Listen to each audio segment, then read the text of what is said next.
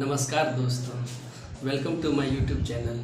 आज मैं आपको बताने वाला हूं कि किस तरह से आप सीटेट की तैयारी कीजिएगा।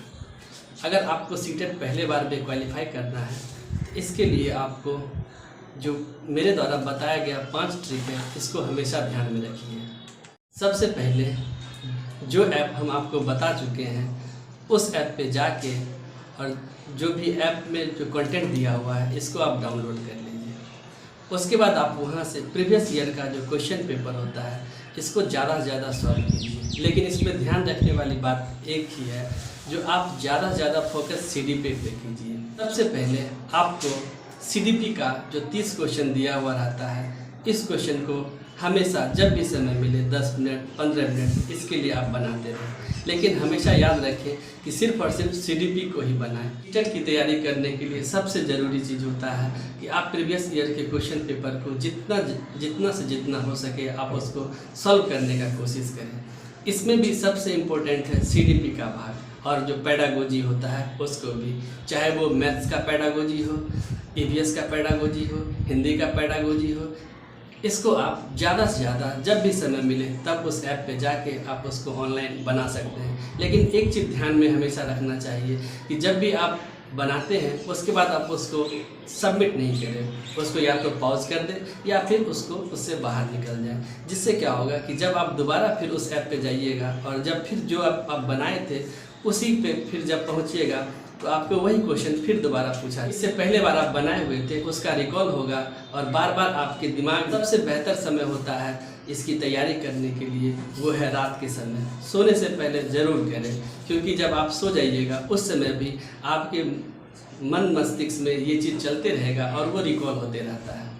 Number 2, each and every day आपको कम से कम अपने जीवन का 1 घंटा या फिर अगर आपके पास समय नहीं है तो आधा घंटा ज़रूर इस पे आप फोकस करें।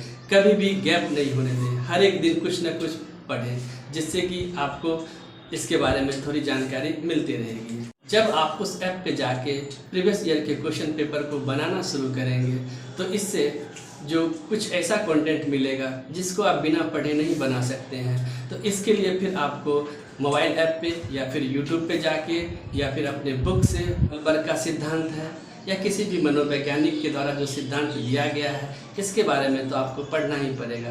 बिना पढ़े आप इसके क्वेश्चन को नहीं बना सकते हैं, और जितना बार भी आप इसको बनाने का कोशिश करेंगे वो गलत हो जाएगा। तो यहाँ से आपको जब ऑनलाइन आप क्वेश्चन को बनाएंगे प्रीवियस ईयर के, तो यहाँ से आपको एक चीज़ का पता चल जाएगा कि किस तरह से जो मनोवैज्ञानिक के द्वारा दिया गया तथ्य है इसको बिना पढ़े आपसे संभव नहीं होगा। लेकिन मैं एक बात ये भी बताना चाहता हूँ कि जितना ज़्यादा हो सके आप सीडीपी और ईवीएस इन दोनों पे फोकस कीजिए।